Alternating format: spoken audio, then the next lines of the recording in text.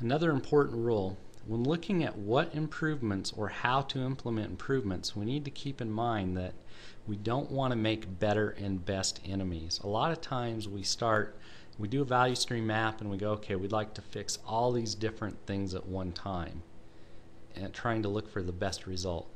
Well, a lot of times that may be a long-term vision that you need to head in that direction, but we want to start taking these steps of making improvements now. So what we don't want to do is make better and best enemies or get bogged down trying to shoot for best each time that we do a value stream map, because the whole point of continuous improvement is making improvements continuously. So always try and keep this in mind anytime you start getting into heated conversation between two areas when you're looking at making a change. You're both trying to make things better, so don't let better and best be enemies. Now we're going to go on to a future state without timing control for this process. So what we've done now is we've gone ahead and we still have our monthly forecast and we still have our weekly release, and we still have a monthly forecast and weekly release to the supplier. We still have our dedicated 3-day transit time. We still have the same ship process in place, but now instead of having the haystack symbol in place in the warehouse, we've actually organized the material, and we've determined that since we at least do ship once a week, that at a minimum we need 5 days worth of space in the warehouse, and then a 1-day buffer should be plenty to get us from one week to another if we at least try to standardize that timing and day that we are going to stage and ship on. So we've gone ahead and eliminated that symbol, and we reduced the inventory quite a bit there. Then the assembly process is basically the same as it was before. The raw whip process, we've organized it, kept the material in FIFO, and we've reduced it from 2 days down to 1.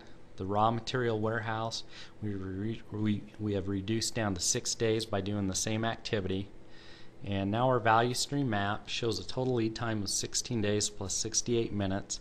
And basically our ratio has gone from 7 value to 23,108 non-value, and we have a 48% reduction of non-value added activity in this map. And now the thing is, we've made these changes. Management needs to keep an eye on that departure point at that shipping dock and make sure that we are shipping to the customer's expectations. Now we're going to go over the same map that's a future state with timing control. And what we've done now is we've gone ahead, and if we start back here at the shipping dock, we have changed to a process that ships daily at 2 o'clock. And in order to make this happen, we had to negotiate with the customer to release to us daily and put in place some type of logistics solution that's cost is at least the same amount or less than the method that we were using before, with at least as good of service or better service. And if you've purchased any of the previous trainings, lean management methods for lean logistics, you would see how we go through that process to make that happen. So then next, we also did the same thing on our supply side. We changed to a daily release with daily shipments at 2 o'clock.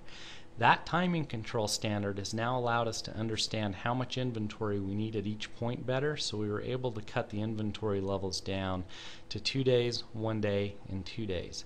Then we also went ahead and added in one more timing control point, and we're conveying the finished goods from the assembly process to the warehouse every 24 minutes. So you can see our dashed line with our Kanban signal coming in and then giving signal to replenish the finished goods warehouse. This in turn allows the person that's responsible for monitoring that inventory level to see it more regularly throughout the day, so that they understand how much they need to keep on hand.